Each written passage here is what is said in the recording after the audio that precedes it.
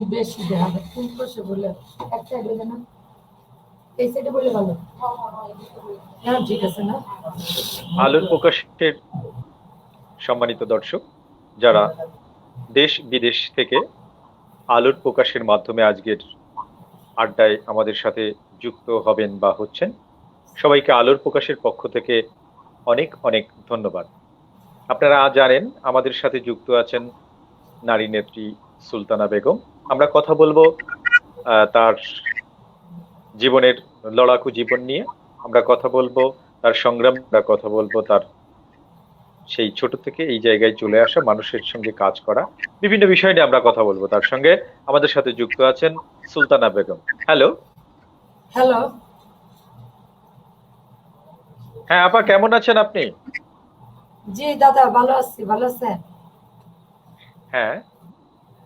আহ আপনাকে অনেক ধন্যবাদ আলোকের প্রকাশের পক্ষ থেকে, কারণ আপনি আমাদেরকে সময় দিয়েছেন এত ব্যস্ততার মধ্য দিয়েও। যে সময়টাতে এখন নারী নেত্রীদের যে সময়টা এখন যাচ্ছে, তারপরে আপনি বিভিন্ন জায়গায় বিভিন্ন দায়িত্বে আপনি আছেন, তো তার মধ্য দিয়ে আপনি আমাদেরকে সময় দিয়েছেন, এর জন্য অসংখ্য অসংখ্য ধন্যবাদ। তো আমি প্রথমে মানে শুরু করব যে জায়গা থেকে, সেটা হলো আপনার শৈশব থেকে লেখাপড়া, এবং সেই লেখাপড়ার পর আপনি কিভাবে এই গার্মেন্টস এর সঙ্গে যুক্ত হলেন, এবং আপনার জীবনে বেড়ে ওঠা, শৈশব থেকে প্রাথমিক স্তর থেকে বেড়ে ওঠার ইতিহাসটা যদি আপনি আমাদেরকে বলেন, আমরা অনুপ্রাণিত হই যে একজন মানুষ। আমি ব্যক্তিগতভাবে জানি যে আপনি নিচু থেকে কিভাবে স্ট্রাগল করে এখানে এসেছেন, যাতে আমাদের দর্শকরা এবং বাংলাদেশের মানুষ, নারীরা বিশেষ করে আপনাকে দেখে ইন্সপায়ার্ড হয় এবং নিজেদেরকে আরো আহ, একটি শক্তপোক্ত জায়গায় নিজেদেরকে বসাতে পারে। আমি সেই জায়গা থেকে বলবো, আপনি আপনার প্রাথমিক সেই পঞ্চম শ্রেণীতে পড়া অবস্থায় যে আপনি জীবন সংগ্রামে লিপ্ত হয়েছেন, সেখান থেকে যদি আপনি আমাদের দর্শকদের জন্য শুরু করেন। ধন্যবাদ পলাশ দাদা আপনাকে, এবং আলোর প্রকাশকে ধন্যবাদ যে আজকের এই বাংলাদেশ যখন নারী ধর্ষণে লিপ্ত বাংলাদেশের কাপুরুষগুলা, তখন আমাদের মতো একজন আমার মতো একজন সুলতানা বেগমকে এই আলোর প্রকাশে নিয়ে আসার জন্য আজকের আড্ডায় আয়োজক বিন্দুকে গ্রিন বাংলা গার্মেন্টস ওয়ার্কার্স ফেডারেশনের পক্ষ থেকে অসংখ্য ধন্যবাদ। আমি আমার প্রতিষ্ঠান থেকেই পরিচয় দিব যে আমাদের প্রতিষ্ঠানের নাম green Bangla garments workers federation. আমি সভাপতি সুলতানা বেগম। আর আমার শৈশব কেটেছে আমাদের জামালপুরে, আমার ডিস্ট্রিক্ট জামালপুর, গ্রামের নাম হয়েছে পিয়ারপুর। আমি সেই বেড়ে ওঠাটা আমার পিয়ারপুরে, এবং খুব ছোট থেকেই আসলে জীবনের লড়াই সংগ্রামের মধ্যে দিয়ে আমার বেড়ে ওঠা। আমরা 5 ভাই বোন, 2 ভাই 3 বোন। তার মধ্যে দিয়ে আমি সবার ছোট। যখন আমার আমি আমার মায়ের গর্ভে, তখনই আমার বাবা মারা যায়। আমার বাবা মারা যাওয়ার পরে আমি 3 মাস পর দুনিয়াতে আসি। আসার পর আল্লাহ আমাকে আসলে অনেক সংগ্রামের মধ্যে দিয়ে আমার মায়ের অনেক অনুপ্রেরণা ও মায়ের ভালোবাসা, ভাই বোনের ভালোবাসার মধ্যে দিয়ে আমাকে বেঁচে রেখেছে। আসলে আমাদের পরিবারের আর্থিক অবস্থা তেমন একটা স্বচ্ছ ছিল না, বাবা না থাকার কারণে। আর ওই সময়টা যখন আমার জন্ম, তখন আসলে যুদ্ধের পরবর্তী ধাপ, সেই ধাপে আমার জন্ম। তখন আসলে আমাদের দেশের অবস্থানও তেমন ভালো ছিল না। দেশটা তখন আসলে ভাঙ্গাচোরার ভিতরে আমাদের দেশের অবস্থান ছিল। যখন আমি আস্তে আস্তে গ্রামে বড় হই, তখন আমাদের ভাই বোন 5 ভাই বোনের সংসার আমার মায়ের উপর একা আসলে চালানোর, যে আমার মায়ের যে ধৈর্য শক্তি যেটা বলে, বসত বাড়ি যেটা বলে, সেটা ছিল, কিন্তু কোনো জমি জমা, বাহিরে কোনো জমি জমা ছিল না, যেটা আবাদ করে আমার মা আমার ভাই বোন নিয়ে আমাদেরকে নিয়ে চলতে পারতো। তবে আমার মায়ের অনেক যুদ্ধ করে আমাদেরকে দুবেলা দু মেঠু কোনো সময় খাওয়ায় বা না খাওয়ায় বড় করেছে, শুধু শরীরে বা হাতে পায়ে বড় করেছে। আর আমাদের ভাই বোনের ভিতরে অন্যরা তেমন কেউ লেখাপড়া করে নাই, শুধু আমি আমার ফ্যামিলির ভিতরে ইমিডিয়েট আমার যে বড় ভাইটা সে 5 পাস করেছিল, জুয়েল ভাই, আর আমি শুধু 5 পর্যন্ত লেখাপড়া করতে পেরেছিলাম। সেটা অনেকটা শিক্ষা ভিত্তি যেটা বলে 80 পরে। এটা হলো যে স্কুলে স্কুলে পরে বইগুলা ফ্রি দিত প্রাইমারি স্কুলে। বইগুলো ফ্রি পাওয়ার কারণে এবং স্কুলে কোনো বেতন লাগতো না, মেম্বার চেয়ারম্যান ধরে বেতন দেওয়া লাগতো না, এই জন্য আসলে ফ্রি 5 পর্যন্ত লেখাপড়া করতে পারছিলাম। 5-এ পড়ার পর আমি যখন 90 সালে 89 5 পাস করি, 90 সালে আমি একটু বড়, তখন আসলে আমাদের গার্মেন্টস এর বাংলাদেশে 80 সাল থেকে গার্মেন্টস এর অবস্থান। আমার 2 বোন গার্মেন্টস এ চাকরি করতো, বড় বোন, তাদের মাধ্যমে আসলে আমি গার্মেন্টসে চলে আসি। গার্মেন্টসে এসে তখন আমি হেল্পার পদে চাকরি নেই। সেটা হলো দি আরজেড গার্মেন্টস, সালেহা গ্রুপের, মিরপুর 7 নাম্বার। সেই গার্মেন্টসে হেল্পার পদে চাকরি করা অবস্থায় আমি জানুয়ারি, ফেব্রুয়ারি, মার্চ পর্যন্ত 3 মাস চাকরি করে আমি ওখান থেকে যে 250 টাকা বেতন ছিল সেই আমলে, সেই বেতনের টাকা দিয়ে আবার মার্চ মাসে যাই আমি ক্লাস 6-এ গ্রামে যাই ভর্তি হই। স্কুলে ভর্তি হয়ে আবার বই কিনি, কোরআন বই কিনে আমি আসলে পাশাপাশি লেখাপড়াটা আমার করার খুব স্বপ্ন ছিল যে আমি লেখাপড়া করব, আমি একদিন বড় হব, এটা আমার ইচ্ছা শক্তি ছিল। তারপরে আমি কিছুদিন আসলে বাড়িতে থেকে স্কুলে যাই লেখাপড়াও করতাম। আবার যখন আর্থিক অবস্থান খুব খারাপ থাকতো, যখন আমার মা বোন ভাইরা চালাইতে পারতো না আসলে, তখন আমি আবার গার্মেন্টসে চলে আসতাম। বছরে এরকম 2-3 বার গার্মেন্টসে চাকরি করতাম, আবার আবার ফিরে যেতাম। এরকম করে করে আমি আসলে বিভিন্ন জায়গায় চাকরি করতাম, আবার পাশাপাশি লেখাপড়াটা করতাম। ক্লাস 6 থেকে 7-এ উঠছি, তখন আর আসলে 7-এ ওঠার পরে আসলে আমার লেখাপড়াটা আর স্কুলে হয়ে ওঠে নাই। 7-এ ভর্তি হয়েই আমি আসলে গার্মেন্টসে আবার ফুললি গার্মেন্টসেই চলে আসছি। আসার পরে গার্মেন্টসে চাকরি নিলাম, পিনাকি গার্মেন্টস। পিনাকিতে চাকরি করা অবস্থা, পিনাকি গ্রুপ এখন বড় ফ্যাক্টরি, ওইখানে চাকরি করে তখন আমি অপারেটরের চাকরি করি। তখন আমার বেতন হইলো 900 টাকা। তখন আমার 900 টাকা বেতন, ওই টাইমে কোনো কর্মঘণ্টা ছিল না, নির্দিষ্ট কোনো কর্মঘণ্টা যে 8 ঘন্টা ডিউটি ছিল। কিন্তু এমনও দিন গেছে যে আমরা সকালবেলা ফ্যাক্টরিতে ঢুকছি, রাতের 12টা 1টা বাজে ছুটি হয়েছে। 1 মাসে এমন আছে আমরা 23টা নাইট করছি, 22টা নাইট করছি, কিন্তু আমরা নাইট বিলের টাকা কখনো পাইতাম না, ওভার টাইমের টাকাও না, নাইট বিলের টাকাও না। প্রোডাকশন দিতে হতো, মালিকের সিটমেন্টের কাজ করতাম। তখন ওই বেতনের টাকাটা থেকে আমরা 2 বোন ঢাকা একটা বাসা ভাড়া করে থাকি এবং 2 বোন চলি খাই, পাশাপাশি কিছু বই চুপে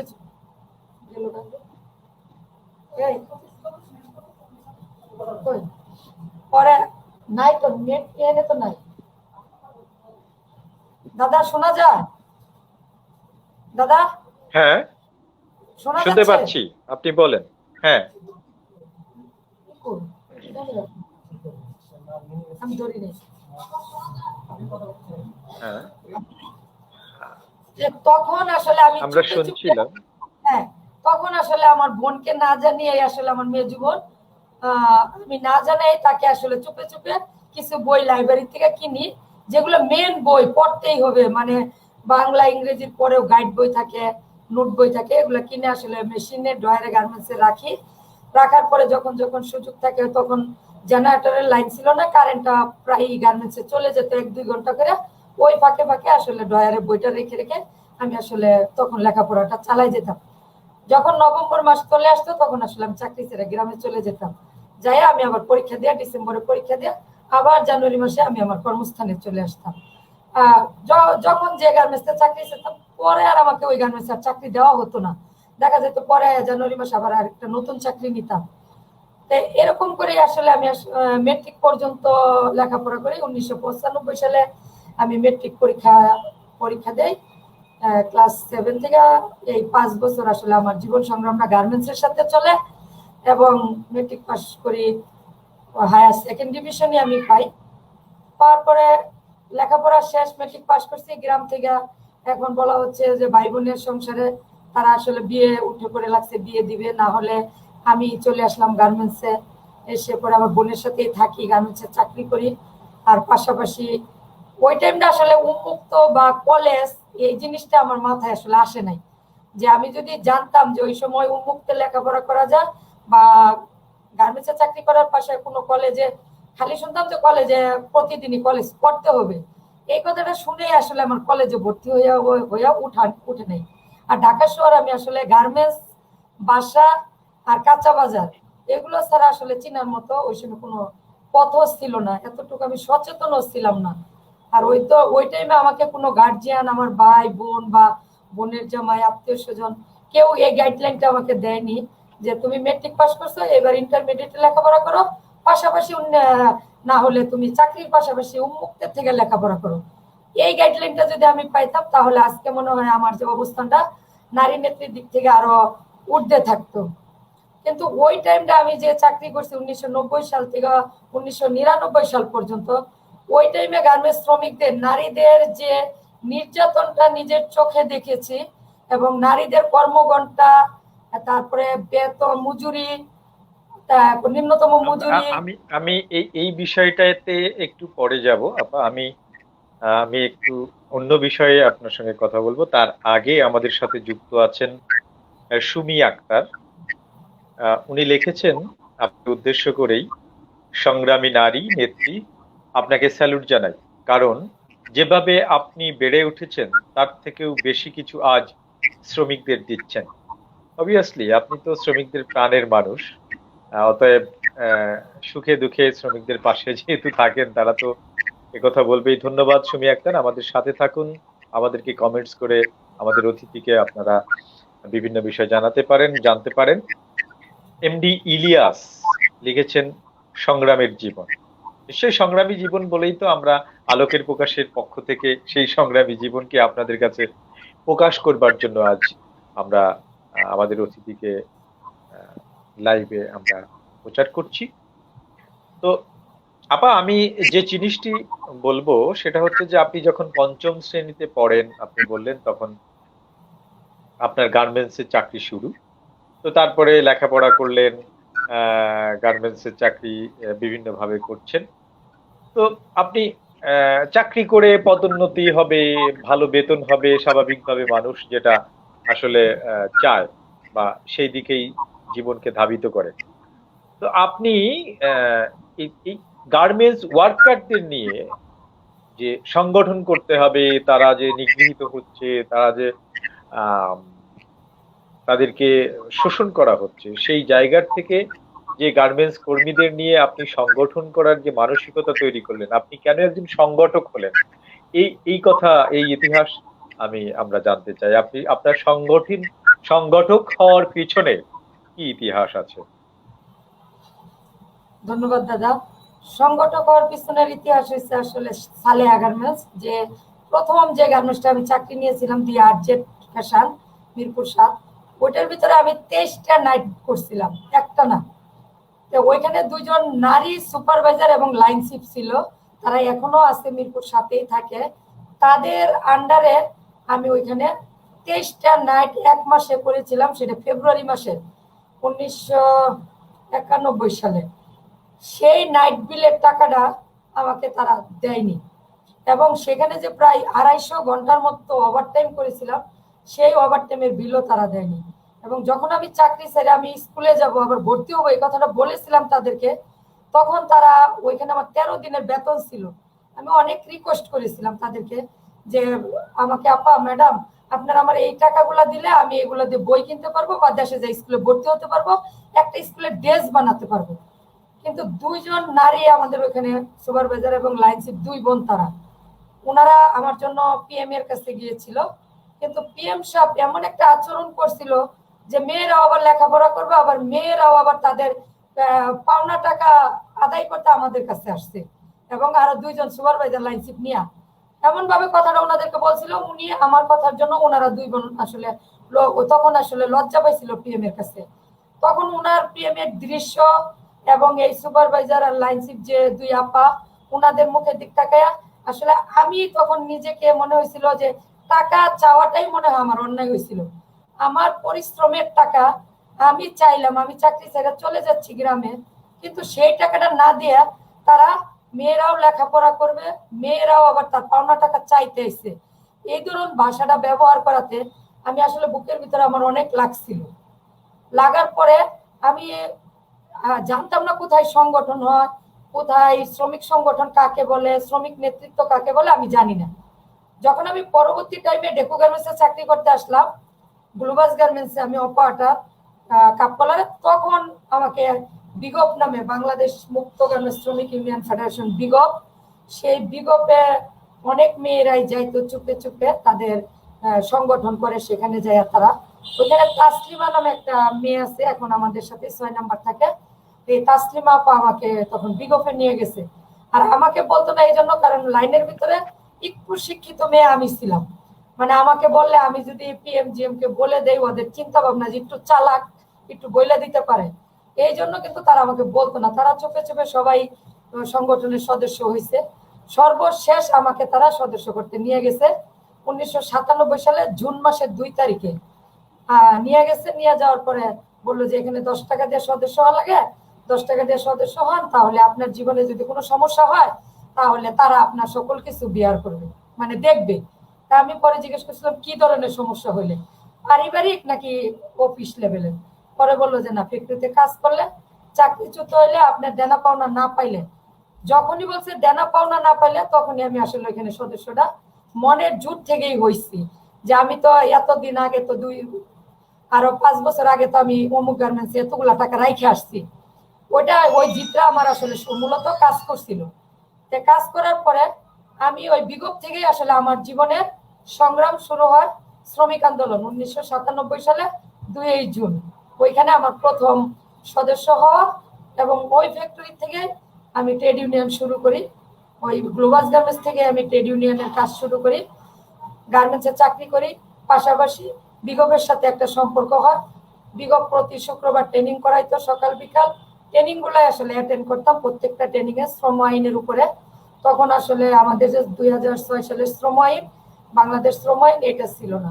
তখন ছিল 1965 সালের কারখানা আইন এবং 1969 এর আইআরও একটা আইন ছিল। এই আইনের মধ্যে দিয়ে আসলে আমাদেরকে অর্গানাইজ করা হইতো। যে আমরা তখন ওখানে জেডিএল এর যে কর্মকর্তারা শ্রম দপ্তরের, তারা শুক্রবার আইসাও আমাদেরকে ট্রেনিং প্রোগ্রাম গুলা করাইতো। যখন ট্রেনিং প্রোগ্রাম গুলা করাইতো তখন আইনের কথাগুলা বলতো। তখন আসলে আইনের মধ্যে যখন থাকতাম তখন চোখ জল জল করতো পানিতে, যে বুকে কষ্ট লাগতো যে এত আইন বাংলাদেশে থাকতে, তাহলে গ্রামগঞ্জের মানুষও আইনের প্রয়োগ পাচ্ছে না, আইন বাস্তবায়নে আইন বুঝে না। আমরা যারা গার্মেন্টসে ওই টাইমের গার্মেন্টসের শ্রমিক যারা ছিলাম, 30 লক্ষ বলতো, 35 লক্ষ বলতো, ওই টাইমে আমরা 31 লক্ষ শ্রমিক কিন্তু আইন জানতাম না। আইন না জানার কারণে মালিকরা কিন্তু 80 সাল থেকে ওই টাইমটা তারা কিন্তু একটা ভালো শ্রমিকদের দিয়ে ওভার টাইমের বিল না দিয়ে এবং আমাদের আইনগত দিক প্রয়োগ না করে, আইনগত অধিকার সেখানে আমাদের অধিকারটা না দিয়ে কিন্তু তারা তাদের কর্মসংস্থান গুলা বৃদ্ধি করেছে। সেখানেই আসলে আমরা অধিকারটা, ওখানেই আমার শিখা প্রথম, যে আমার সংগ্রামের জীবন বিগপ থেকে শিখা। তারপরে হয়েছে আমার দ্বিতীয় জীবন শুরু হয়েছে, যে আমি তখন 2000 সালে বিগপে 2001 সালে বিগপের নির্বাচন আসে। 2001 সালে বিগপের নির্বাচন আসলে আমরা সরাসরি যারা ট্রেড ইউনিয়ন করি, তখন ট্রেড ইউনিয়নের মাধ্যমে আমরা প্যানেল ভিত্তিক, মানে একটা আমাদের নির্বাচন হয় 2 বছর পর পর। তখন সেই নির্বাচনে আমি আসলে অংশগ্রহণ করি। শ্রমিকরা আমাদেরকে তখন বিপুল ভোটের মাধ্যমে আমাদের প্যানেলকে জয় করে দেয়। আমি সেই প্যানেলে করে তখন অর্থ সম্পাদক ছিলাম বিগপের।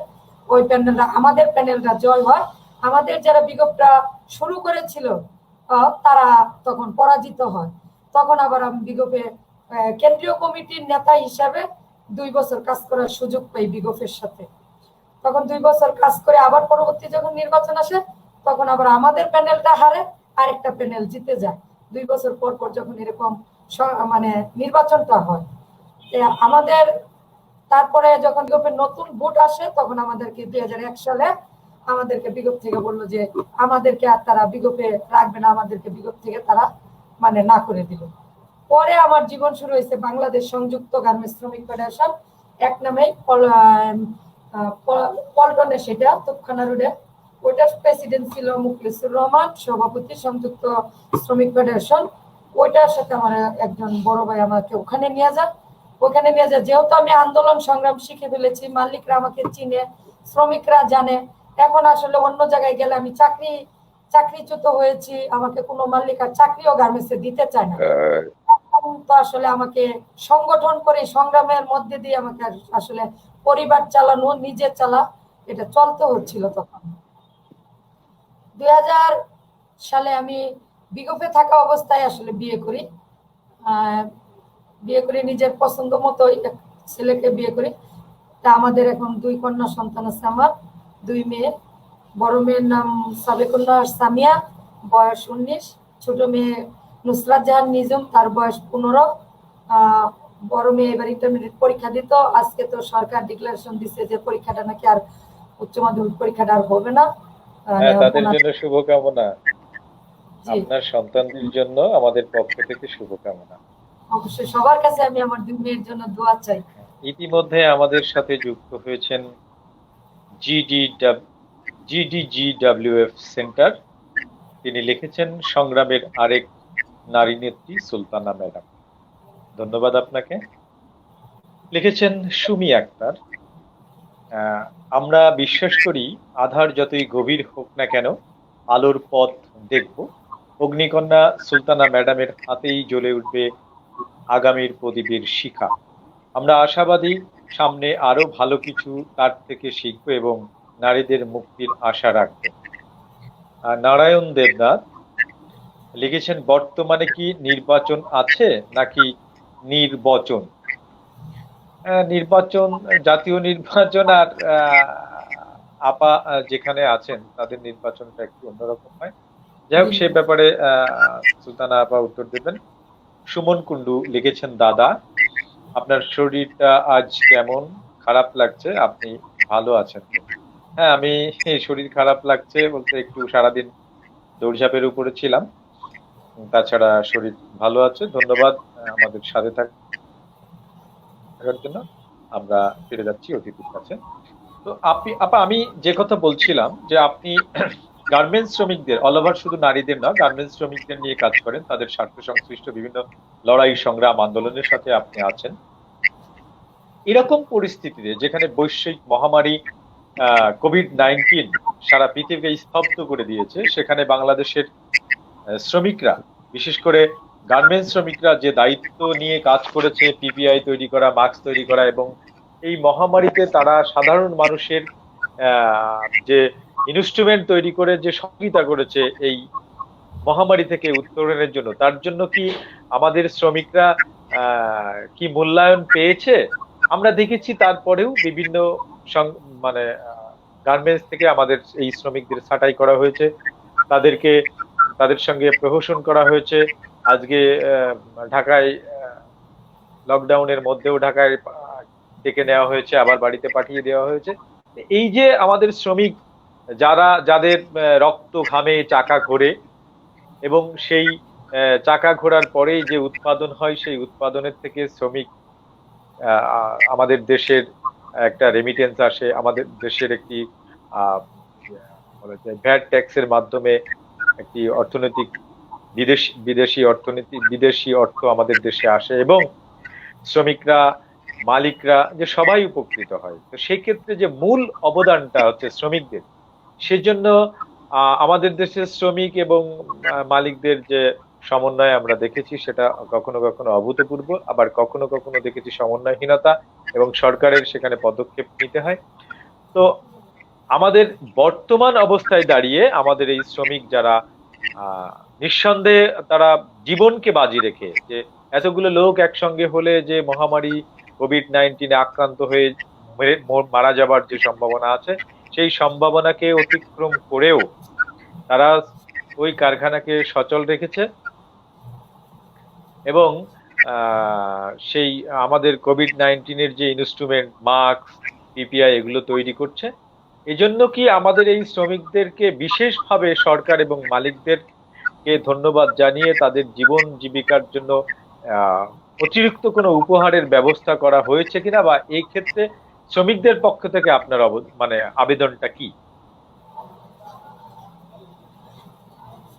খুব বাস্তব একটা কথা বলছেন দাদা, যেটা বাস্তব বলতে উপহার তো দূরের কথা, শ্রমিকদের জন্য শ্রমিকরা মার্চ মাসের যে বেতন 26 তারিখে, 26শে মার্চ, 25 তারিখ ছুটি দিছে, 26শে মার্চ হলো 26শে মার্চের ছুটি, সরকারি ছুটি। 27 তারিখ, 28, 29, 30 এই 3 দিন যে তারা ছুটি দিয়েছিল, বা 4 দিন, এই 4 দিনের পরবর্তী সময় কিন্তু এই 4 দিনও কোনো মালিকরা করাই নিয়ে গেছে অথবা ওভার টাইম কেটে নিচ্ছে।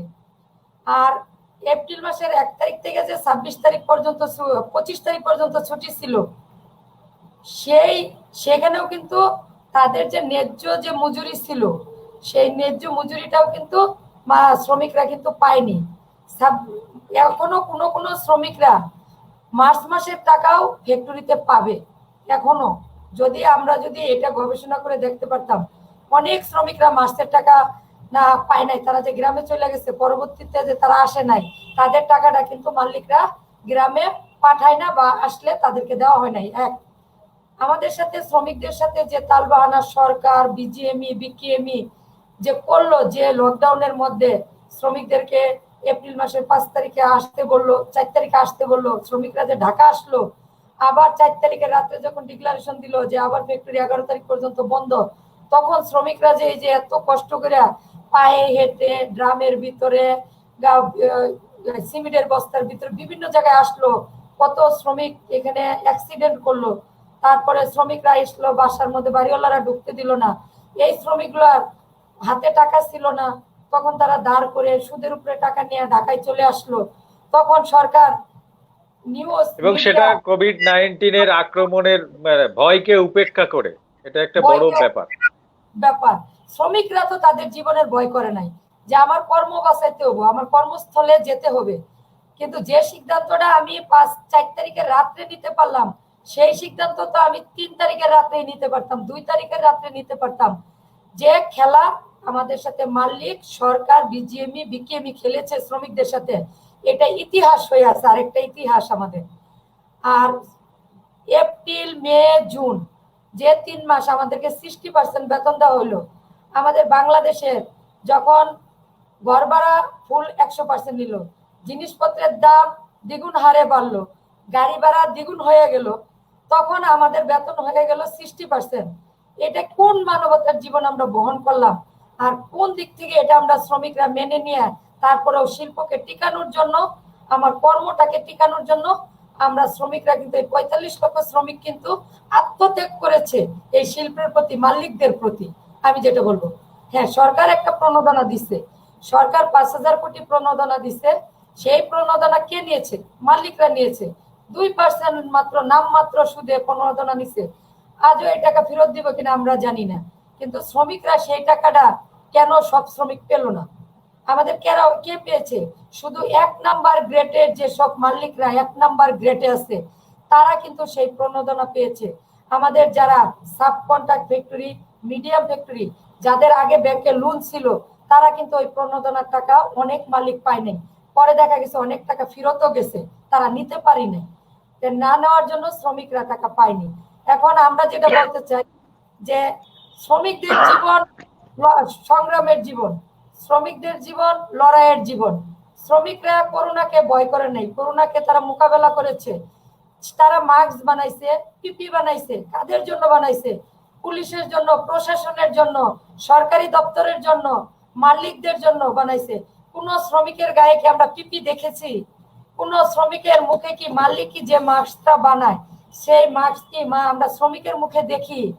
আমি যে প্রোডাক্ট তৈরি করেছি নিরাপত্তার জন্য, আমার নিরাপত্তার জন্য করিনি, আমি করেছি আমার দেশের মানুষের নিরাপত্তার জন্য, যারা আমাদের থেকে আরো হায়ার লেভেলের কিনে পড়তে পারে তাদের জন্য আমি এই পিপি, এই মাস্ক বানিয়েছি। কিন্তু আমি শ্রমিক, আমি যে 5 টাকা দিয়ে একটা মাস্ক, তখন মাস্ক হয়ে গেছিল 10 টাকার একটা প্রোডাক্ট হয়ে গেল 150 টাকা, 200 টাকা। সেটা কিন্তু শ্রমিক কিনে ব্যবহার করছে। মালিকরা কি পারতো না সেই টাইমেও শ্রমিকদেরকে ফ্রি মাস্ক, পিপি ব্যবহার করাইতে পারে নাই? সেই নিরাপত্তাটা কিন্তু মালিকরা শ্রমিকদেরকে দেয়নি। আর আমাদের আসলে শ্রম আইনে কিছু সেফটি সিকিউরিটির কথা লেখা ছিল, যেটা কোভিড-19 না। কোভিড-19 তো আমাদের নতুন একটা, বিশ্বজুড়ে আতঙ্কিত একটা রোগ, নতুন। এর আগেই আমাদের কিছু সেফটি সিকিউরিটির কথা আইনে লেখা থাকলেও সেগুলো তো কোনো মালিক এখন পর্যন্ত ওইভাবে মানেই না। আর নতুন এই ভাইরাসের যে নিয়ম ছিল হাত ধোয়া বারবার, মুখ ধোয়া বারবার, সাবান পানি দিয়ে 20 মিনিট পর পর হাত ধুইতে 20 সেকেন্ড সময় করে। আমাদের এই সময় এই মালিকরা আমাদের কাজের কর্মস্থলে যেখানে আমাদের প্রতি ঘন্টায় 100 পিস 120 পিস প্রোডাকশন দিতে হয়, সেখানে আমি কতবার হাত ধুতে যাব, কতবার আমি মাস্ক ব্যবহার করব, কতবার আমি মেশিন থেকে উঠে যাব, কারণ আমার উপর প্রোডাকশনের চাপ বেশি। আর প্রোডাকশন ঠিক মতো না দিলে এখন তো আমাদের অফিসের গালিগালাজ এমন কোনো অকথ্য ভাষা মেয়েদের ব্যবহার করে না, নারী শ্রমিক পুরুষ শ্রমিকদের জন্য সুপারভাইজার, লাইন শিপ, পিএম থেকে শুরু করে সবাই গালিগালাজ করে। এই জন্য কিন্তু মেয়েরা কিন্তু মানসিকভাবে শারীরিকভাবে নিরাপত্তা সহকারে যে কাজটা করার কথা, যে প্রোডাকশনটা ওনাদের দেওয়ার কথা, সেটা কিন্তু মাত্র বইয়ের পাতায়, আইনের বইয়ের পাতায় লেখা আছে। সেটা আমাদের কারখানার ভিতরে সেই বইয়ের পাতা আমাদের শ্রমিকের চোখেও নাই, মুখেও নাই, আমাদের শ্রমিকের হাতেও নাই, যে আমরা সেই অনুযায়ী কারখানায় কাজ করতেছি। আর যারা ফ্যাক্টরিটা চালায়, মালিক চালায় না, বায়ার চালায় না, ফ্যাক্টরি কিন্তু চালায় মিড লেভেল। মিড লেভেল বলতে বুঝি আমরা যে supervisor, line chief, floor in-charge, PM এবং ফ্যাক্টরির জিএম, এখন আছে আবার অ্যাডমিন ডিপার্টমেন্ট, তার সাথে আছে কোয়ালিটি কন্ট্রোলার, কোয়ালিটি জিএম, এই ধরনের কিছু পদ পদবীর লোক আছে, যাদেরকে আসলে উচিত বিজিএমির, বিকেএমির উচিত, সরকারের উচিত এই মিড লেভেলটাকে আইনের আওতায় আনা, আইন সম্পর্কে তাদেরকে প্রশিক্ষণ দেওয়া। শ্রম আইনে এবং আইএলও কনভেনশন কি কি আছে, এই মিড লেভেল যদি এই ব্যাপারে আমি কথা বলবো আপনার সঙ্গে। তার আগে আমাদের সাথে যুক্ত আছেন রুবেল আহমেদ, লিখেছেন সংগ্রামী সালাম সুলতানা আপা, শ্রমজীবী জনতা গড়ে তোলো একতা। নিশ্চয়ই জনতা শ্রমজীবী একতা গড়ে না তুললে বাঁচোয়া নাই। নারায়ণ দেবনাথ লিখেছেন বাংলাদেশের শ্রমিকরা যেন নাচের পুতুল, ওরা নাচবে আর ভুঁড়ি মোটা হবে শিল্পপতিদের। ধন্যবাদ নারায়ণ দেবনাথ। আমাদের সাথে আছেন শাকিল আহমেদ, লিখেছেন সংগ্রাম সালাম সুলতানা আপা, আপনার মতো নারীদের তৈরি করতে হবে। নিশ্চয়ই লিখেছেন শাকিল আহমেদ আপা, করোনা মহামারীর সময় যে সকল শ্রমিক ছাঁটাই করা হয়েছে তার মধ্যে অনেক শ্রমিক এখনো তাদের চাকরি ফেরত বা আইনগত পাওনাদি পায় নাই। সুমি আক্তার লিখেছেন সরকার এখন মালিকদের নিয়ে ব্যস্ত, তাদের ভোটের যেমন দরকার নেই ঠিক তেমন শ্রমিকদেরও দরকার নেই। সুমি আক্তার আবার লিখেছেন শ্রম আইন শুধু বইয়ের পাতায় আছে, বাস্তবে নাই, মালিকরা বলে সরকারি আইনে গার্মেন্টস চলবে না। আমি এই ব্যাপারে একটু আপনার কাছে জানতে চাই, সেটা হলো যে আমাদের দেশের সরকার ঘোষণা করলো যে গার্মেন্টস শ্রমিকদের জন্য গার্মেন্টস শিল্পে ব্যাপক একটা বড় অঙ্কের প্রণোদনা দিবেন এবং দিয়েছেন কিনা সেটা আপনারা জানেন। সেই টাকাটা আমাদের সাধারণ মানুষের, সাধারণ জনগণের। কিন্তু এরপরেও আমরা দেখেছি যে অনেক কারখানা বন্ধ হয়ে গেছে, অনেক শ্রমিক ছাঁটাই হয়ে গেছে এবং তাদের পাওনাদি তারা ঠিক মতো পায়নি। সেক্ষেত্রে সরকারের কি ভূমিকা ছিল বা কি ভূমিকার জন্য, সেই ভূমিকার জন্য সরকারের প্রতি আপনার কি আবেদন ছিল?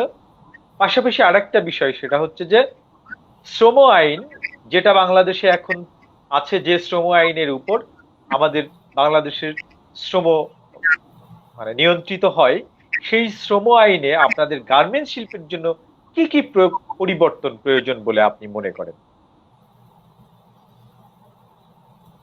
আসলে যেটা বলতে চাই যে শ্রম আইন এটা একটা বিশাল ব্যাপার। আমাদের শ্রম আইনে 353টা ধারা আছে। সব ধারায় আমার শ্রমিকের জন্য কতটুকু প্রয়োজন সেটা যারা আইনজীবী এবং যারা এই আইনটা তৈরি করেছেন তারাই বলতে পারবেন। আমরা যে কয়েকটা ধারা নিয়ে কাজ করি শ্রমিকদের মাঠে ময়দানে, সেখানে যে কয়েকটা ধারা আছে সেগুলো অনেকগুলাই শ্রমিক পরিপন্থী আইন, যেটাকে আমরা বলতে পারি কালো আইনও বলতে পারি। আমাদের শ্রম আইনে আমাদের শ্রমিকরা যে আইনগুলা স্বচ্ছ মানে স্পষ্ট, যেটা ওরা 7 কর্মদিবসের ভিতরে বেতন, এটা আইনেও আছে এবং কোনো কোনো মালিকরা দেয়, বেশিরভাগ মালিকরা 7 কর্মদিবসে বেতন দেয় না। আমি যেটা পার্সেন্টেজ হিসাবে বলতে পারি, 30% মালিক 7 কর্মদিবসে বেতন দেয়, 70% মালিক 7 কর্মদিবসে বেতন দেয় না। বেতন ওভার টাইম একসাথে দেওয়ার কথা থাকলেও সেটাও ওভার টাইম 2 বারে দেওয়া হয়। এটা কিন্তু আছে যে দিতে হবে 7 কর্মদিবসে, কিন্তু মালিকরা অমান্য করতেছে। এটা দেখার দায়িত্ব কিন্তু কলকারখানার যে আমাদের লেবার ডিপার্টমেন্ট আছে, ওইখানতে দেখার কথা।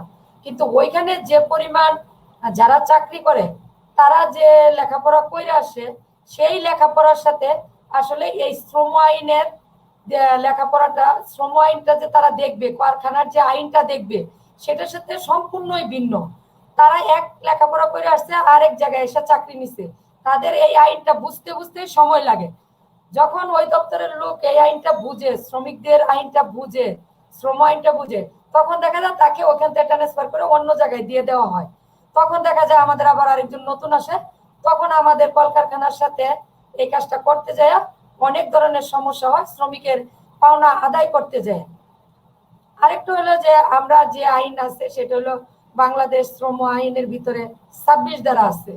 26 ধারা যে আইনটা, সেটা একমাত্র মালিকরা প্রয়োগ করে কখন, যখন আমরা কোনো ফ্যাক্টরিতে ট্রেড ইউনিয়ন করতে যাই, শ্রমিকদেরকে অনেক কষ্ট করে গুছিয়ে আমরা তাদেরকে ট্রেড ইউনিয়ন করার জন্য উদ্বুদ্ধ করি, তখন ট্রেড ইউনিয়নটা যখন আমরা জমা দিব উপায় হয়ে যায়, তখন দেখা যায় ওইখানের যে কমিটিটা আমরা তৈরি করলাম ট্রেড ইউনিয়নের, তখন দেখা যায় ওই ট্রেড ইউনিয়নের যে আমরা 10 জন 12 জন 11 জন কমিটি করি, এই কমিটির লোকগুলা রেখে তারা 26 ধারায় ছাঁটাই করে, টার্মিনেশন করে, যেটা আইন আসলে পরিপন্থী। একটা শ্রমিকদের আইনে লেখা আছে তারা ট্রেড ইউনিয়ন করতে পারবে, ট্রেড ইউনিয়ন আমরা করতে যাব, আবার আইনে লেখা আছে সেখানে মালিক ইচ্ছা করলে যে কোনো মুহূর্তে যে কোনো শ্রমিককে 26 ধারা টার্মিনেশন করতে পারবে। তখন সংগঠনের জন্য, শ্রমিকদের জন্য এই আইনটা একটা আসলে হুমকি স্বরূপ হয়ে আমাদের জন্য দাঁড়ায়। আবার আরেকটা আইন আছে 27 ধারা, যে 27 ধারা প্রয়োগ করে মালিকরা কখন প্রয়োগ করে, 27 ধারা না প্রয়োগ করে ফ্যাক্টরি ট্রান্সফারের ক্ষেত্রে। আমাদের ঢাকাতে প্রচুর ফ্যাক্টরি ছিল, গার্মেন্টস ফ্যাক্টরি, এখন ফ্যাক্টরি গুলা হয়ে গেছে, করতেছে মালিকরা বালুকা, আশুলিয়া, সাভার, বাইপেল, নারায়ণগঞ্জ, বুলতা, গাউসিয়া, বিভিন্ন জায়গায় এই কারখানাগুলো নিয়ে যাচ্ছে, যেটা হইলো মালিকরা অনেকটা চালাকি করে নিচ্ছে। ঢাকার থেকে 40 কিলোমিটারের ভিতরেই ফ্যাক্টরি গুলো নিচ্ছে, 40 কিলোমিটারের বাইরে নিচ্ছে না কিছু ফ্যাক্টরি। যখন ফ্যাক্টরি গুলা ট্রান্সফার করে, তখন শ্রমিকরা যদি লেখা আছে 40 কিলোমিটারের ভিতরে যায় কাজ করতে হবে, না হলে তারা 27 ধারায় রিজাইন দিবে। কিন্তু এখন শ্রমিক চাকরি করে মিরপুরে, মিরপুরে তার স্বামী চাকরি করে এক গার্মেন্টসে, বউ চাকরি করে আরেক গার্মেন্টসে, ছেলে মেয়ে লেখাপড়া করে এক জায়গায়, মেয়ে এক জায়গায় লেখাপড়া করে, ছেলে আরেক জায়গায় লেখাপড়া করে। এখন স্বামীর ফ্যাক্টরি যদি এতে ট্রান্সফার হয়ে গাজীপুর চলে যায়, স্ত্রী যদি মিরপুরে থাকে, তখন তো স্বামীর তার গাজীপুরে যায় চাকরি করা সম্ভব হয় না, এই ছেলে মেয়ের লেখাপড়া ক্ষতি করে। তখন 27 ধারায় রিজাইন দিলে আমাদের 5 বছরের নিচে যে শ্রমিকরা আছে তারা কোনো সার্ভিস বেনিফিট পায় না, 5 বছরের নিচে সার্ভিস বেনিফিট নেই, শুধু ছুটির টাকা পাবে, পাওনা বেতন পাবে। তখন আমরা যে কোনো ফ্যাক্টরি এইগুলা যদি আমরা মীমাংসা করতে যাই, তখন দেখা যায় 5 বছরের নিচের শ্রমিকের সংখ্যায় বেশি। এবং আরেকটা আইন আছে যে 1 বছরের নিচে ফ্যাক্টরি যদি কোনো জায়গায় ই করে, ওইখানে আরো কোনো বেনিফিট নেই, 1 বছরের নিচে কোনো বেনিফিটই থাকে না। 5 বছরের নিচে শ্রমিকরা কোনো বেনিফিট পাইলো না, 4 বছর 9 মাস চাকরি করলো একটা মেয়ে, 10 মাস চাকরি করলো, ফ্যাক্টরি ট্রান্সফার হয়ে গেল, তখন এরা ক্ষতিগ্রস্ত হয়। এই আইনটাও আমাদের জন্য, এই 40 কিলোমিটার, এটা শ্রমিকদের জন্য একটা খুবই একটা, এই আইনটা সংশোধন করা উচিত আমাদের। তারপরে আরো আইন আছে, যেটা সামান্য অনেক ফ্যাক্টরিতে আমরা কাজকাম করি, কাজ থাকে বা না থাকুক, কাঁচামালের অভাব থাকলে বিভিন্ন ধরনের মালিকরা বেতন দিতে না পারলে অনেক সময় আন্দোলন হয়, আন্দোলনকে ইস্যু করে 13-1 ধারা কারখানা বন্ধ করে দেয়, শ্রমিকদের নামে হয়রানি মামলা করে। অনাথ মালিক বেতন দিতে পারলো না, শ্রমিকরা কাজ বন্ধ করলো, 2 মাস বেতন না পাইয়া, দেখা গেল কারা কারা এখানে কথা বলছে তাদেরকে সিসি ক্যামেরা দিয়ে চিহ্নিত করে তাদের নামে একটা মামলা দিয়ে দিল, 13-1 ধারা মামলা দিলে শ্রমিক তার পাওনা নিবে নাকি তার মামলা চালাবে, সে কতটুকু বা বেতন পায়, যে বেতন দিয়ে সে মামলা চালাবে, তখন তাদেরকে এই এলাকা থেকে ছিন্ন বিচ্ছিন্ন করে দেওয়া হয়। মালিকরা বিভিন্ন পন্থায় ঘুরে, সরকারের উদাসীনতা, সরকারের দপ্তরগুলার উদাসীনতা, সরকারের দপ্তরে যারা চাকরি করে তারা তো মাস গেলে বড় অঙ্কের মোটা অঙ্কের একটা বেতন পায়। তাদের এই শ্রমজীবী মানুষের কথা তাদের আসলে তাদের অন্তরে লাগে না। তারা যে দিক নির্দেশনা নিয়ে, যে তাদের যে অধিকার বা তাদের যে দায়িত্বটা পালন করার কথা ছিল, সেই দায়িত্ব সরকারি কলকারখানার লোকেরা 100তে 100 পালন করে না। এটা হলো আমার আসলে কলকারখানার লোকে করে বলা, যারা ওই দপ্তরে কাজ করে তারা সেই ধরন করে দায়িত্ব পালন করে না। আর যেসব শ্রমিকরা এখন করোনা ভাইরাসে চাকরিচ্যুত হয়েছে, আমরা তো 5 লক্ষের বেশি শ্রমিক মনে করতেছি যে চাকরিচ্যুত হয়েছে। তারা কেউ গ্রামে গেছে, কেউ কাঁচা বাজার, কেউ বাসায় বাড়িতে কাজ পায় না। এখন আমরা রাস্তায় বাইরে হলে আমাদের দেখা যায় অনেক, আমাদের দেশে ভিক্ষুকের সংখ্যা বেড়ে গেছে, শিশু শ্রমিকের সংখ্যা বেড়ে গেছে, অনেক অটো রিক্সা চালায় আমাদের গার্মেন্টস শ্রমিকের সন্তানেরা। কেন? আর যারা যে ছেলেপেলেরা 7-এ 8-এ লেখাপড়া করতো, সেই ছেলেরা এখন অটো রিক্সা চালায়। বাবার চাকরি নাই, মায়ের চাকরি নাই, এই করোনা ভাইরাসে তারা চাকরিচ্যুত হয়েছে, কাঁচামাল বিক্রি করে বাচ্চারা রাস্তায় রাস্তায়। এটা দেখে আমাদের বাংলাদেশ আবার এই মাত্র 1 মাস করোনায় বন্ধ ছিল আমাদের গার্মেন্টস ফ্যাক্টরি। 1 মাসে আমাদের গার্মেন্টস ফ্যাক্টরি 1 মাস বন্ধ থাকা অবস্থা, আমাদের এই বাংলাদেশের গার্মেন্টস শ্রমিকদের অবস্থান চলে গেল সেই 80-80 দশকের গার্মেন্টস এর অবস্থানে। কেন? মালিকরা 40 বছর ইনকাম করেছিল, তাদের ইনকামের লাভ কোথায়? সেই টাকা দিয়ে তারা কেন এই শ্রমিকদেরকে ধরে রাখতে পারলো না? এই শ্রমিকদেরকে তারা কেন কর্মসংস্থানে রাখলো না? আজকে রাস্তায় ঠেলে দিয়েছে। আমি সরকারের কাছে আহ্বান করব, যেসব শ্রমিকরা চাকরি হারিয়েছে তাদেরকে ডাটাবেস করে, তাদের তালিকা তৈরি করে তাদেরকে আবার পুনরায় চাকরিতে নিয়ে আসার জন্য মালিকদেরকে আহ্বান করব। সরকার এই কাজটা করবে, মালিকদের দিয়ে করাবে, যে তোমরা যাদেরকে ছাঁটাই করেছ, যাদেরকে তোমরা এখন পর্যন্ত তাদের বেতন ভাতা দেওনি, তাদেরকে তোমরা তালিকা করে তাদের আবার টাকাগুলো দিবে এবং সেই সঠিক চাকরির জায়গায় ফেরত নিয়ে আসবে। এটাই আমার সরকারের কাছে দাবি। এবং আইনগুলা সংশোধনের ব্যাপারে আমি যেটা বলবো, যে আইন যারা সংশোধন করে তারা হয়েছে আমাদের আসলে বড় বড় লিডার, যারা সিনিয়র পর্যায়ে কাজ করেন, ইসকোবের নেতারা আছেন, তারপর গার্মেন্টস সেক্টরেরও এখন অনেক নেতারা আইন যেখানে প্রণয়ন হয় সেখানে থাকে, আমাদের নেতৃবৃন্দরা সেখানে সংসদে যে সংসদে আইনটা পাশ হয়, সেই সংসদে আসলে আমাদের গার্মেন্টস এর শ্রমিক নেতা বলতে আমরা কাউকে দেখি না, যে শ্রমিকদের পক্ষে সংসদে কথা বলবে। আমাদের সেই ধরনের নেতা আমাদের সংসদে নেই। গার্মেন্টস মালিকদের কিন্তু ওইখানে এমপি মন্ত্রী, যারা শিল্প চালাবে শিল্পমন্ত্রী, বাণিজ্য চালাবে বাণিজ্য মন্ত্রী, তারা কিন্তু আসল জায়গায় জায়গায় বসে আছে। তারা কিভাবে কোন আইনটা তৈরি করলে শ্রমিকরা ঠকানো যাব, কোন আইনটা তৈরি করলে শ্রমিকরা তার অধিকার থেকে বঞ্চিত হবে, সেই ধরনের আইনগুলাই কিন্তু তারা সুন্দর সুন্দর করে তারা পাশ করে। কিন্তু ওইখানে যে আমরা যে বাধা দিব, সেই বাধা দেওয়ার জায়গায় কিন্তু আমরা সংসদে কিন্তু আমাদের নারী নেত্রী সেই ধরনের বলিষ্ঠ কণ্ঠে বলবে তাও নাই, আমাদের যে ভাই যারা নেতা আছেন বা সংসদ সদস্য আছেন তারাও নাই। যদি থাকতো তাহলে আজকে কেন তারা চুপ? এই 5 লক্ষ শ্রমিক বেকার হওয়ার পরে তাহলে আমাদের কেন আমরা চুপ করে বসে আছি? আমরা কেন আন্দোলনে নাই? আমরা কাকে ভয় পাই? আমরা সরকারকে ভয় পাই না আমরা আসলে আমাদেরকেই ভয় পাই? আমাদের তো আন্দোলন করা উচিত, এই মালিকদের বিরুদ্ধে, সরকারের বিরুদ্ধে আন্দোলন করা উচিত, যাতে আমরা আমাদের শ্রমিকগুলা সঠিক জায়গায় কাজ করে খেতে পারে। তারা তো কাজ করতে গেছে, তারা তো কাজ করে খাবে, তারা তো আর এখানে কোনো অন্যায় কোনো কাজ করতে গিয়েছিল না। করোনা মহামারী সারা বিশ্বেই হয়েছে, কোনো দেশে তো শ্রমিক ছাঁটাই হয় নাই। আমরা তো পাই না যে আমাদের পার্শ্ববর্তী দেশগুলা যে আছে, কোনো জায়গাতে তো আমরা নিউজ পাইতেছি না যে গার্মেন্টস এর শ্রমিক এতগুলা শ্রমিক ছাঁটাই হয়েছে, তারা তাদের ন্যায্য আইনগত টাকা পায় নাই। আমাদের কাছে এই নিউজ নাই, কিন্তু বাংলাদেশের এই নিউজ আছে, মিডিয়া পত্রিকা প্রকাশ করে না। কেন প্রকাশ করে না আসলে আমার জানা নেই। কেন? তো আমরা জানি যে বাংলাদেশে গার্মেন্টস শিল্পে যারা কর্মরত আছেন তাদের, আপনাদের অনেকগুলো শ্রমিক সংগঠন আমাদের দেশে কাজ করে শ্রমিকদের নিয়ে। তো আপনি কি মনে করেন যে এই শ্রমিক সংগঠনগুলোর একটি সমন্বিত প্রচেষ্টা শ্রমিকদের ভাগ্যের উন্নয়ন ঘটাতে পারে, একটা ব্যাপার। আর দ্বিতীয়ত হচ্ছে, আপনি যদি মনে করেন যে সকল শ্রমিক সংগঠন যারা বাংলাদেশে শ্রমিকদের নিয়ে কাজ করে এদের ঐক্যবদ্ধ হওয়া প্রয়োজন, তাহলে কি এ ব্যাপারে আপনি শ্রমিকদের জন্য, শ্রমিকদের স্বার্থ প্রতিষ্ঠার জন্য যত শ্রমিক সংগঠন বাংলাদেশে আছে তাদের ঐক্যবদ্ধ করার জন্য কোনো ধরনের কোনো আলাপ আলোচনা বা যোগাযোগ আপনি করেছেন কিনা, এই একটা বিষয়। আর একটা বিষয় হলো যে আমাদের দেশের শ্রমিক সংগঠন, সবাই শ্রমিক সংগঠনের সাথে আছেন, অনেকগুলো শ্রমিক সংগঠন আছে, তারপরেও কেন আমার শ্রমিক ছাঁটাই হলে সে টাকা পাচ্ছে না? কেন এই প্রণোদনার টাকা, আমার আপনার ভ্যাট ট্যাক্সের টাকা সরকার যেটা মালিককে দিল সেখান থেকে আমার বেতন পরিশোধ করা হচ্ছে না? এই জন্য সরকারের সাথে এবং মালিকের সঙ্গে কি আপনারা কথা বলেছেন? হ্যালো। এক নম্বর যেটা হইলো যে দাদা, ধন্যবাদ।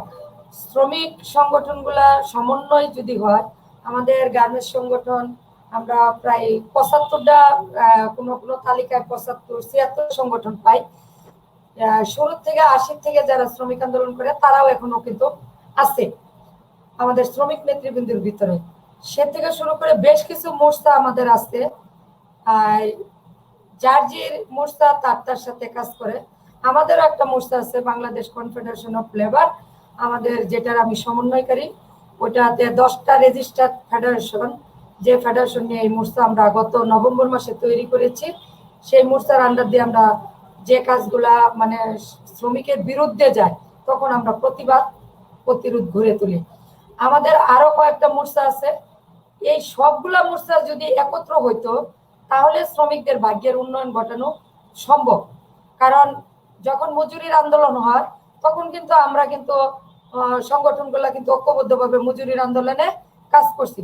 2টা মোর্চা মজুরির আন্দোলনে খুব যথাযথভাবে কাজ করেছিলাম, কিছু একটা রেজাল্ট পাওয়া গেছিল। কিন্তু তারপরেও বলিষ্ঠ কণ্ঠে না, ওইভাবে না যে একদম যে মজুরি চাইছি সেটাই পাইছি তা না, মানে কিছু একটা হয়েছিল তখন। আবারও যদি এখন যদি মালিকরা, শ্রমিক নেতারা যদি মনে করে যে এই কয়েকটা সংগঠন আমরা যে বিজেপিরা যদি ঐক্য থাকতে পারে, বিকেএমিরা ঐক্য থাকতে পারে, সরকার তার মতো করে দল চালাতে পারে, তাহলে গার্মেন্টস সংগঠন কেন ঐক্যবদ্ধ হতে পারবে না? আমাদের যারা সিনিয়র নেতৃবৃন্দ আছে তারা আমাদেরকে ডাক দেখ, বলুক যে আমরা যে দল মত নির্বিশেষে আমরা এই করোনা ভাইরাসের সময় যে শ্রমিকগুলো ছাঁটা হয়েছে তারই প্রতিবাদে আমরা একদিন সবাই মিলে প্রেস ক্লাবের সামনে দাঁড়াই, বা আমরা একটা সমাবেশ দেই, বিক্ষোভ দেই, মানববন্ধন দেই।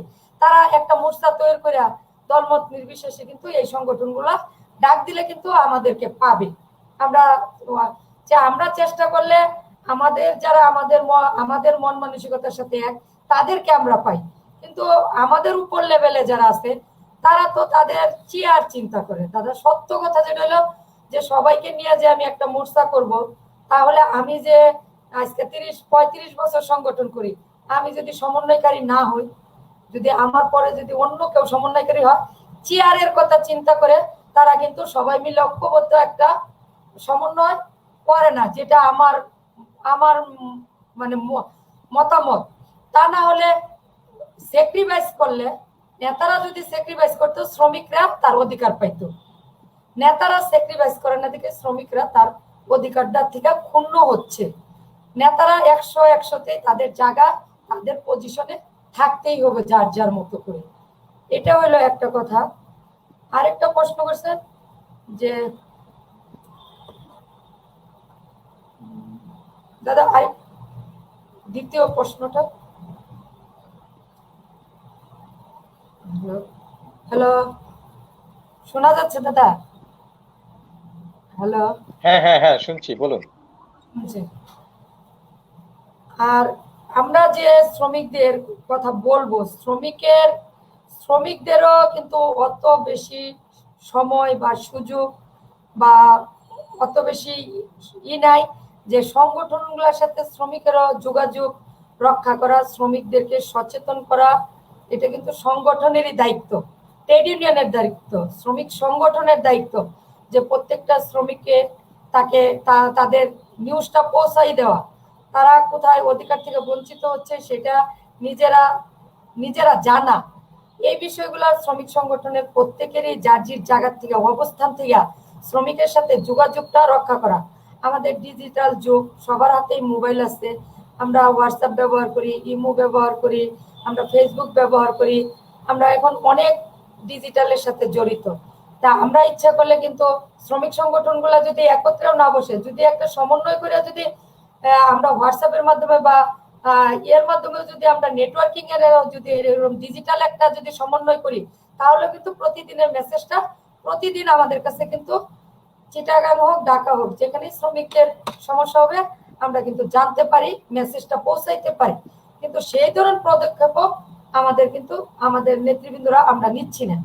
আমি নিজের থেকে ব্যক্তিগত না, আমাদের সংগঠন গ্রিন বাংলা গার্মেন্টস ওয়ার্কার্স ফেডারেশনের পক্ষ থেকে আমরা চিন্তা করছি গত বছর যে আমরা একা একা কাজ করি, অনেক একা একা কাজ করলে এক কণ্ঠ এক 5-10 শুনে, 10 মিলে একটা চিৎকার দিলে সবাই শুনে।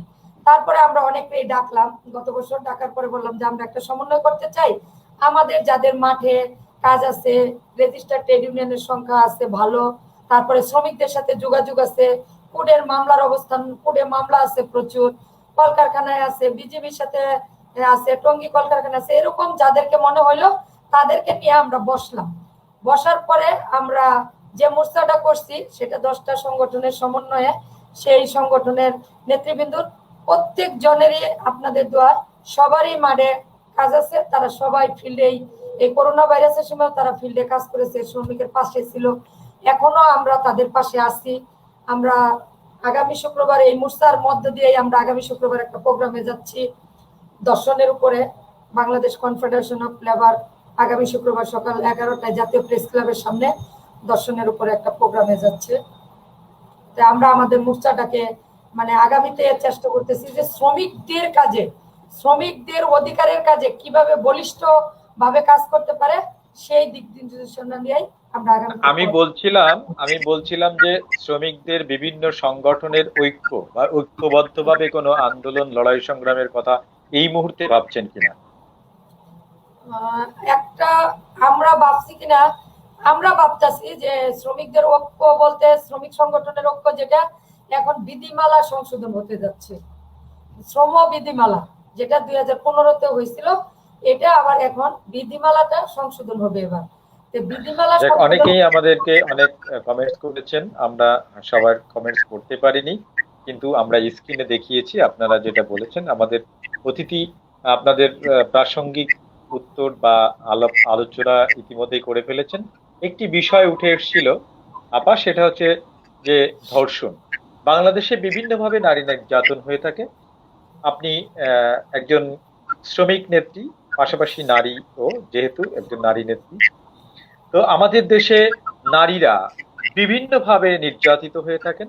তার মধ্যে এই সমসাময়িক সময়ে ধর্ষণ একটি মহামারী আকার ধারণ করেছে আমাদের দেশে। তো এই যে ধর্ষণ এবং নারীরা আমাদের দেশে বিভিন্ন সময় বিভিন্নভাবে নির্যাতিত হচ্ছে, গার্মেন্টস শিল্পে তারা বেতন পাচ্ছে না, কাজের শ্রমের মূল্য পাচ্ছে না। এর জন্য নারীদেরকে নারী থেকে মানুষ হিসাবে বেরিয়ে আসার জন্য আপনি কি বলতে চান যে নারীদের এখন কি করা উচিত? নারীদের কিভাবে মানে জাগ্রত হয়ে সারা বাংলাদেশের মানুষকে সঙ্গে নিয়ে এই সব সমস্যার সমাধান কল্পে নারীরা একটি অগ্রণী ভূমিকা পালন করবে? এই ধর্ষণের ব্যাপারটা যেটা আসছে সেটা আসলে এটা নিয়ে কথা কেন সরকার নীরব, আমি আসলে বুঝতে পারতেছি না দাদা। সরকারের নীরবতা পালন করার কারণ কি?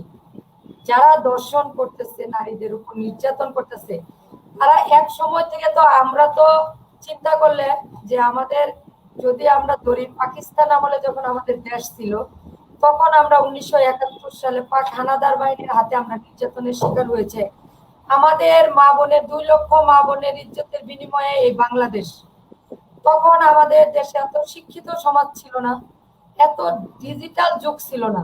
তখন আমাদের কৃষক ভাইরা, কম শিক্ষিত লোকেরা আমাদেরকে, যে এখন যারা প্যান্ট শার্ট পরে তখন তারা লঙ্গি পরতো, গামছা পরতো, গেঞ্জি পরতো, সেই ভাইরা আমাদের পাকিস্তান হানাদার বাহিনীর হাত থেকে আমাদের মা বোনের ইজ্জত রক্ষা করেছে, সেটাকে আমরা ধন্যবাদ জানাই। এবং আমরা প্রতি 26শে মার্চ 16ই ডিসেম্বরে আমরা স্মৃতিসৌধে তাদেরকে ফুল দিয়ে শ্রদ্ধা জানাই। আর এই 2020 সাল, এই 48 বছর পরে আইসা আমাদের সেই আমরা 1971 সালের বর্বরতা যে কাহিনী হয়েছে, সেখানে আমরা চলে যাচ্ছি এই আধুনিক সমাজে। কেন? আমরা কি অন্যায় করেছি?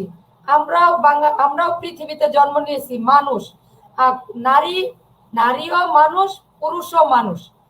বাংলাদেশে কিছু কিছু মানুষ বলে যে পোশাকের জন্য ধর্ষণ হয়।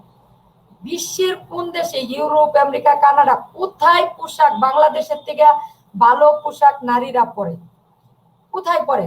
আমরা পোশাকের জন্য কেন দর্শিত হব? আমরা কেন মাদ্রাসায়, যদি পোশাকের কথা বলি, তাহলে নুসরাত হত্যার কথা আমার বলতে হয় নোয়াখালী। নুসরাতের শরীরে কি কোনো পোশাকের জন্য নুসরাত দর্শিত হয়েছে? আগুনে জ্বলসে দেওয়া হয়েছিল, তার মৃত্যুবরণ, তাকে দর্শন করা হলো, তাকে আগুন দিয়ে জ্বালিয়ে দেওয়া হলো, তখন কি তার গায়ে পোশাক ছিল না?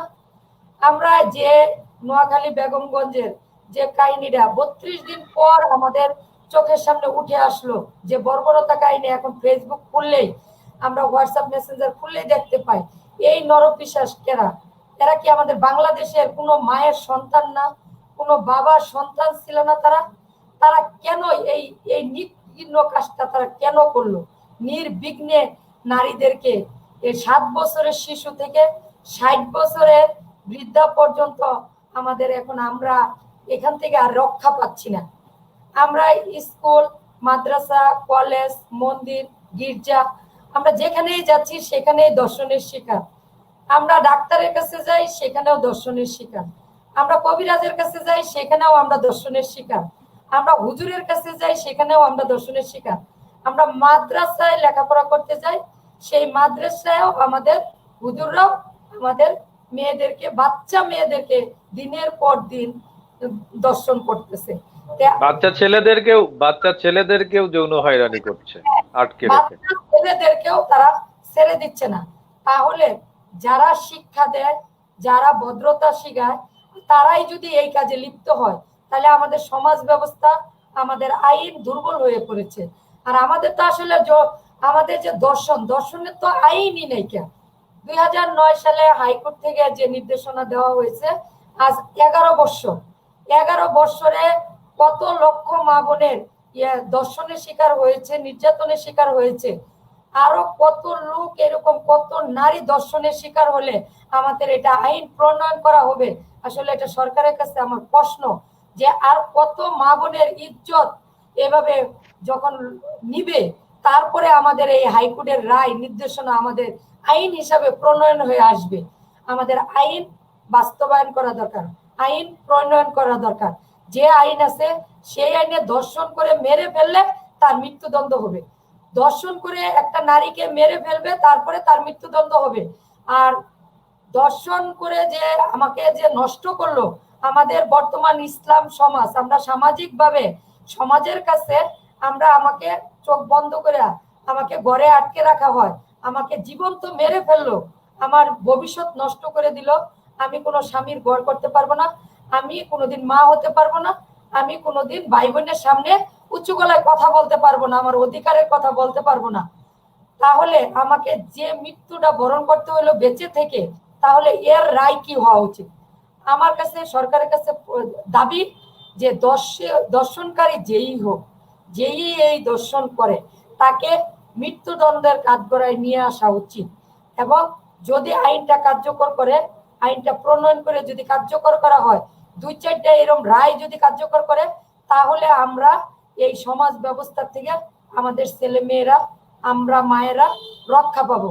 আমি 2টা মেয়ে ঘরে রেখে আমি সংগঠন করতে আসি, আজকে আমার মেয়ে কলেজে যায়, রাস্তায় যদি এরকম যদি দর্শনের শিকার হয়, তাহলে আমার এই সমাজ কি বলবে? আমাকে ধিক্কার দিয়ে বলবে, ও সুলতানার মেয়ে দর্শিত হয়েছে, মাই তো সংগঠন করে, রাস্তায় রাস্তায় থাকে, মেয়ে দর্শন হবে না কেন?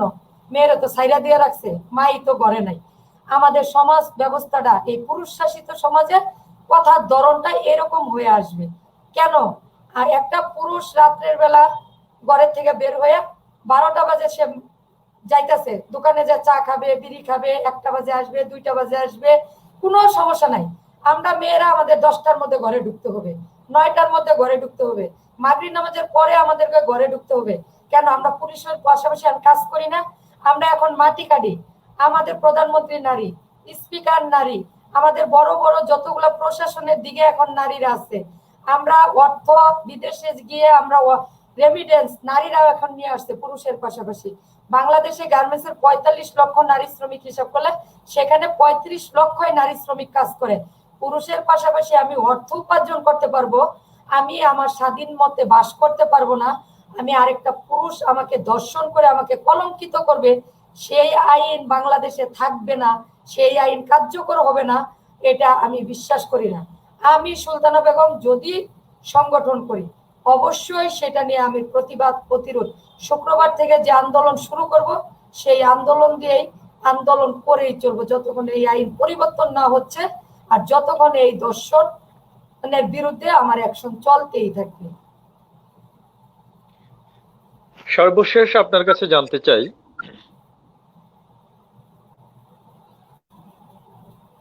জি যে এই যে ধর্ষণ নিয়ে আপনাদের মুভমেন্ট আছে, আপনারা কাজ করছেন, তো আপনি একজন নারী নেত্রী হিসেবে সারা বাংলাদেশের নারী সমাজ এবং যারা আমরা এরকম একটা ন্যাক্কারজনক বিষয়কে ঘৃণা ভরে এটাকে প্রত্যাখ্যান করি এবং আমরাও চাই এর সুরাহা হোক। আমরা জানি যে আমাদের দেশের প্রধানমন্ত্রী, বিরোধী দলীয় নেত্রী এবং স্পিকার সহ অসংখ্য নারী নেত্রী যারা সংসদে আছেন, তারপরেও এই ধর্ষণের উপর কেন একটি শক্তপোক্ত আইন প্রণয়ন করা সম্ভব হচ্ছে না, এটা বোধগম্য নয়। তো সেটাকে করতে গেলে, সেটাকে করানোর জন্য যে তাদেরকে চাপ প্রয়োগ করার জন্য আমাদের প্রতি আপনি একজন নারী নেত্রী হিসেবে সাধারণ মানুষের প্রতি আপনার আবেদনটা কি, আপনার পরামর্শটা কি? আমার পরামর্শ হচ্ছে, সংসদে যারা আছেন পুরুষ পুরুষ সংসদ সদস্যের সংখ্যা ওইখানে বেশি।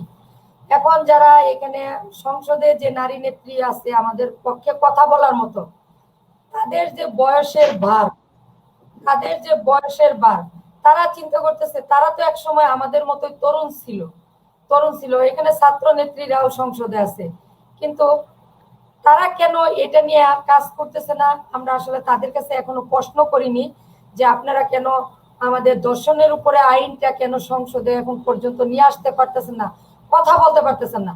আসলে সংসদে যে নারী নেত্রী আছে, তারা কি আসলে সংসদে যারা পুরুষ সংসদ সদস্য আছে তাদেরকে কি আসলে ভয় পায় না কি পায়? আসলে আমার প্রশ্ন এই নারী নেত্রীদের প্রতি, নারী সংসদ সদস্যদের প্রতি। যদি তাই না হয়, তাহলে তারা সংসদে আমাদের বেশ নারী নেত্রীরা অবস্থান করতেছে না, তারা এটাকে মনে করতেছে আমাদের বয়স হয়ে গেছে, আমরা তো আর বেশি দিন নেই, আমরা কি করব, যা আবার এখন আর যুগের মেয়েরাই করে যাবে। কিন্তু আমরা ওইখানে গিয়ে যদি আমাদের নারীরা, আমাদের যারা সমাজ ব্যবস্থায় যারা আমরা কাজ করি, শ্রমিকরা, শ্রমজীবীরা যদি ঐক্যবদ্ধ হই এবং আমাদের ছাত্রীরা যারা স্টুডেন্ট, ছাত্রীরা যদি এক ঐক্যবদ্ধভাবে আন্দোলন গড়ে তুলতে পারি, তাহলে এদেরকে যদি স্মারকলিপি আকারে দেওয়া যায় এবং এদের সাথে যদি আমরা ডায়ালগের ব্যবস্থা করতে পারি যে আমাদের এই আইনটা যৌথ কার্যকর করার জন্য মানে প্রয়োগ চাপ করতে হবে তাদেরকে, তা না হলে তাদেরকে চোখে আঙ্গুল দেখানো ছাড়া, আন্দোলন ছাড়া কোনো দাবি কোনোদিনই আদায় হয়নি, কোনোদিন আদায় হবেও না। কিন্তু আমরা যদি আন্দোলন না করি, পথে না নামি, আমগর রাজপথ অবরোধ করতেই হবে, আমাদের আন্দোলন করতেই হবে। আন্দোলন করলেই আমাদের দাবি আদায় হবে। আন্দোলনের আগে কোনোদিন কোনো দাবি আদায় হয়নি, কোনো আইনও পাশ হয়নি। এখন আইন পাশ হয় না, আন্দোলন ছাড়া কোনো আইন এই পর্যন্ত পাশ হয় নাই, আন্দোলন ছাড়া কোনো দাবি এই পর্যন্ত পাশ হয়নি। তাই আমাদেরকে আসলে আন্দোলনের কোনো বিকল্প নাই, আন্দোলন আমাদের করতেই হবে, আন্দোলনে আমাদের যেতেই হবে। তাই আমি আহ্বান করব যে সারা বাংলার নারী শ্রমিকরা এবং মেহনতি নারীরা এবং আমাদের যারা বোনেরা, যারা স্টুডেন্টস যারা আছে, ছাত্রীরা, সবাই আসুন আমরা ঐক্যবদ্ধভাবে আন্দোলন গড়ে তুলি ধর্ষণের বিরুদ্ধে এবং ধর্ষণ আইন প্রণয়ন করার জন্য, যাতে আইনটা আইন আকারে আসে, যে হাইকোর্টের নির্দেশনা আছে এটাকে বাস্তবায়ন করে আইনের রূপ ধারণ করে আমরা যেন ফাঁসির রায় আনতে পারি, সেই ধরনের কাজ আমাদের করতে হবে আগামীতে। ধন্যবাদ। আপনার যে নির্দেশনা আমাদের আলোকের প্রকাশের মাধ্যমে সারা বাংলাদেশের নারী এবং এই যারা মানুষ তাদের কাছে একটি মেসেজ হয়ে থাকবে। তো আপা, আপনাকে অনেক ধন্যবাদ, আপনি আমাদেরকে সময় দিয়েছেন এবং আমরা আলোকের প্রকাশের পক্ষ থেকে বা আমার ব্যক্তিগত পক্ষ থেকে আপনাকে ধন্যবাদ জানাই। পাশাপাশি আপনার লড়াই সংগ্রাম এবং মানুষের জন্য যে আপনার আকাঙ্ক্ষা, তাদেরকে শোষণ বঞ্চনা থেকে মুক্তি দেওয়ার জন্য যে লড়াই সংগ্রাম করছেন, সেই লড়াই সংগ্রাম বেগবান হোক এই আশাবাদ ব্যক্ত করে আমরা আপনার কাছ থেকে বিদায় নিচ্ছি। আমরা বিদায় নিচ্ছি আমাদের দর্শকদের কাছ থেকে। আবার দেখা হবে অন্য কোনো একদিন বাংলাদেশের এরকম। ধন্যবাদ আলোকের প্রকাশকে যে আমাদের দীর্ঘ সময় কথা বলার সুযোগ দেওয়ার জন্য। হ্যালো দাদা, হ্যালো,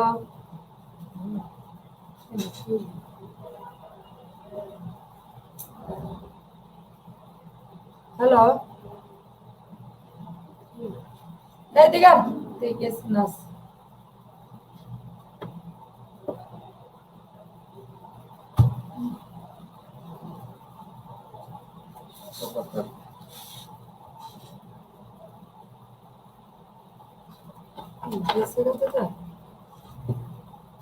হ্যালো,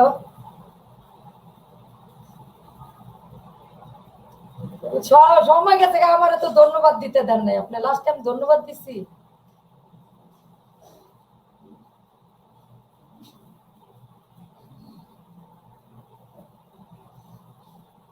আমি তো কারো ধন্যবাদ দিতে পারিনি। আলোকের প্রকাশেও দেয় নাই, আমাদের সংগঠনের যারা আমার পিছনে সহযোগিতা করছে তাদেরকেও দেয় নাই। ধন্যবাদের আগে তো কাইটা গেছে।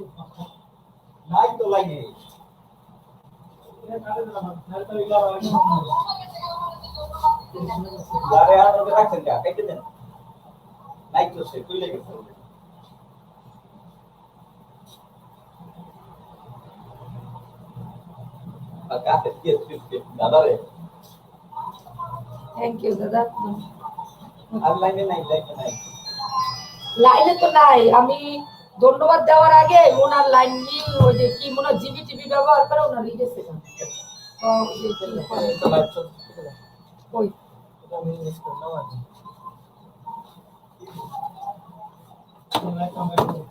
ফোন দিচ্ছে আসলে গিয়ে ব্যাক করবেন না, একটু পুরুষের দৃষ্টিভঙ্গি পরিবর্তন করতে হবে। আমরা সবাই মানুষ।